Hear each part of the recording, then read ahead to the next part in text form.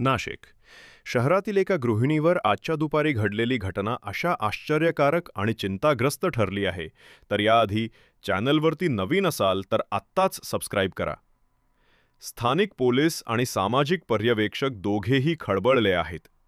पोलिसांनी दिलेल्या प्राथमिक माहितीनुसार सांगितले जाते की एका विवाहित स्त्रीने आपल्या नवऱ्याला दारू पाजून त्याच्या प्रकृतीला गंभीर घातक परिणाम घडवण्याचा कट रचल्याचा संशय असून हा प्रकार कौटुंबिक तणाव, आर्थिक विवाद आणि वैयक्तिक व्यवहारातून उभा राहिलेला असल्याचे स्थानिक समाजात बोलले जाते.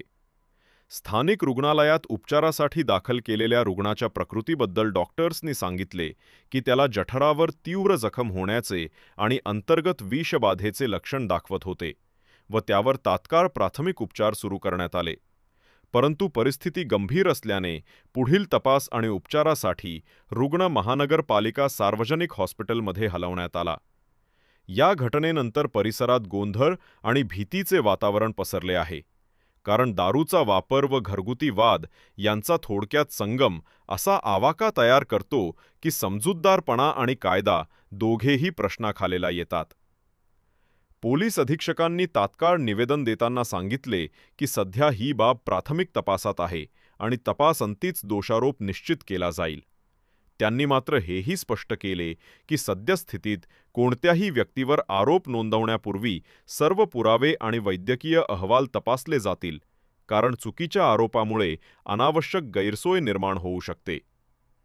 घटनास्थळाजवळील शेजारी आणि नातेवाईक यांनी पोलिसांना सांगितले की विवाहित जोडपी याआधीच आर्थिक विवाद, बालसंरक्षण आणि घरगुती जबाबदाऱ्यांबाबत सतत वादात होते आणि कधीकधी घट्ट वाद इतकेच वाढले की कुटुंबियांनीही हस्तक्षेप करावा अशा वेळी स्थानिक समाजसेवी आणि नातेवाईक बंदी घातले होते.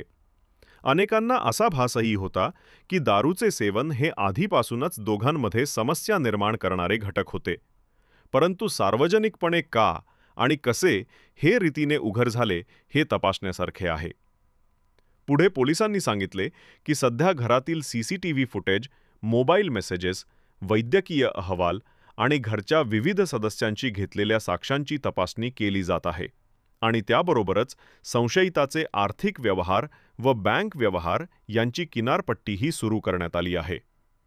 स्थानिक तपास अधिकारी श्री पाटील म्हणाले की घटनास्थळी सापडलेल्या पिशवी, बाटल्या व घरात उपलब्ध असलेल्या इतर साहित्याचे नमुने तपासासाठी विज्ञान प्रयोगशाळेत पाठवले आहेत.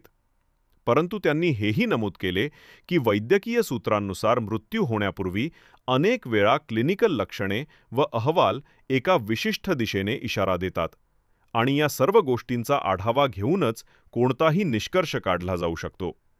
घटनास्थळी उपस्थित असलेले लोकमंडळी आणि पत्रकारांच्या प्रश्नांना सामोरे जाताना पोलिसांनी सूचित केले की हा प्रकरण संवेदनशील असल्याने कुटुंबातील ज्येष्ठ सदस्यांचे प्रत्यक्ष आणि अप्रत्यक्ष वक्तव्य, स्थानिक डॉक्टरांचे अभिप्राय आणि रासायनिक परीक्षण यांचा समन्वय करून एक विस्तृत अहवाल तयार केला जाईल.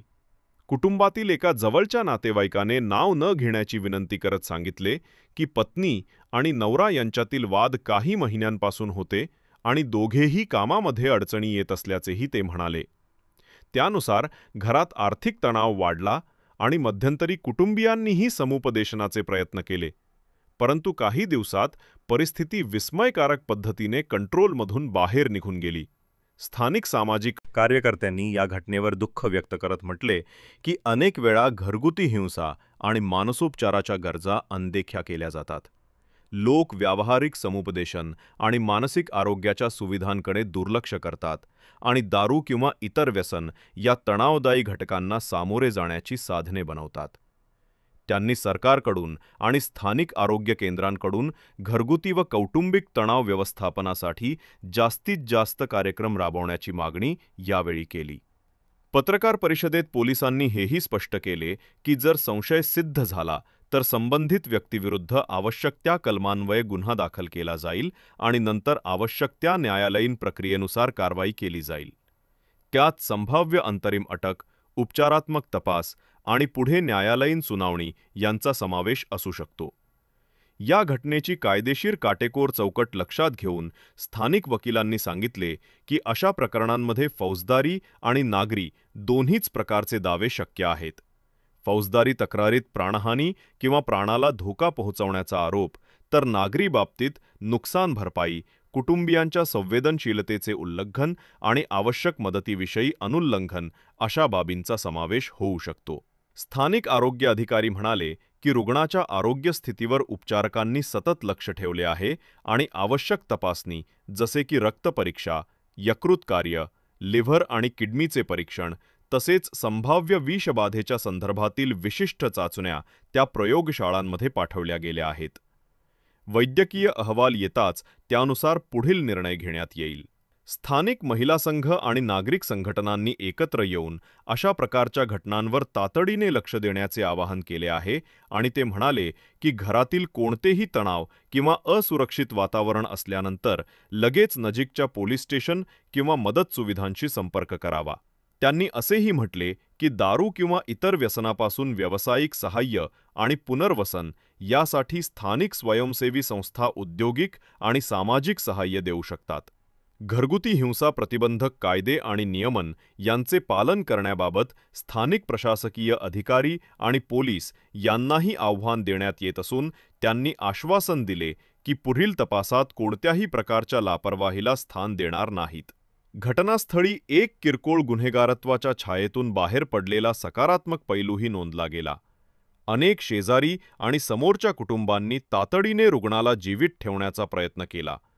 पहिले प्राथमिक इलाज केले, तत्परतेने हॉस्पिटलमध्ये नेले. यामुळे रुग्णाला तातडीने उपचार मिळाले, ज्यामुळे आज पुढील तपास अधिक सोयीस्कर झाला आहे. सामाजिकदृष्ट्या या घटनेने अनेक प्रश्न उभे केले आहेत. विवाहातील संवाद, आर्थिक व्यवहार, मानसिक आरोग्याची उपलब्धता, समाजाची दारू आणि व्यसनांबद्दलची दृष्टी व कायदेशीर जागरूकता या सर्व बाबी पुन्हा एकदा चर्चेत आल्यामुळे स्थानिक समुदायात दीर्घकालीन उपाययोजना करण्याची गरज अधोरेखित झाली आहे. अखेर पोलिसांनी परिपूर्ण शाश्वती देताना सांगितले की ते सत्याचा शोध घेतील आणि जेव्हा संशयास्पद पुरावे समोर येतील तेव्हा कायदेशीर पद्धतीने तातडीच्या कारवाईसह गुन्हे नोंदविले जातील आणि समाजाला विनंती करण्यात आली की हा प्रकरण संवेदनशील आहे म्हणून अफवा आणि अर्धसत्यांना प्रोत्साहन देण्यापेक्षा अधिकृत अधिकाऱ्यांकडून दिलेल्या माहितीकडे आणि पोलीस तपासाला जागोजागी साथ देण्याकडे लक्ष द्यावे. ही घटना फक्त एका कुटुंबाचा वैयक्तिक प्रश्न नसून समाजातील आरोग्य, कायदा आणि कुटुंब समस्या यांचा संगम असल्यामुळे स्थानिक प्रशासन, समाजसेवा संस्था आणि कुटुंबांनी एकत्र येऊन त्वरित आणि दीर्घकालीन उपाययोजना आखणे गरजेचे ठरले आहे. या सर्व घटनाक्रमाचा तपशीलवार अहवाल आणि पुढील कायदेशीर प्रक्रियेची माहिती मिळताच आम्ही त्वरित आपल्याला अपडेट करणार आहोत. हा लेख या प्रकरणाच्या प्राथमिक तपशिलांवर आधारित असून तपासाच्या पुढील टप्प्यांनुसार नवीन तथ्य समोर आल्यास त्यानुसार लेखात बदल केले जातील. मी कोठेही प्राणघातक कृत्यांचे मार्गदर्शन करत नाही किंवा कोणत्याही प्रकारच्या हिंसात्मक कारवायांसाठी सूचना देत नाही.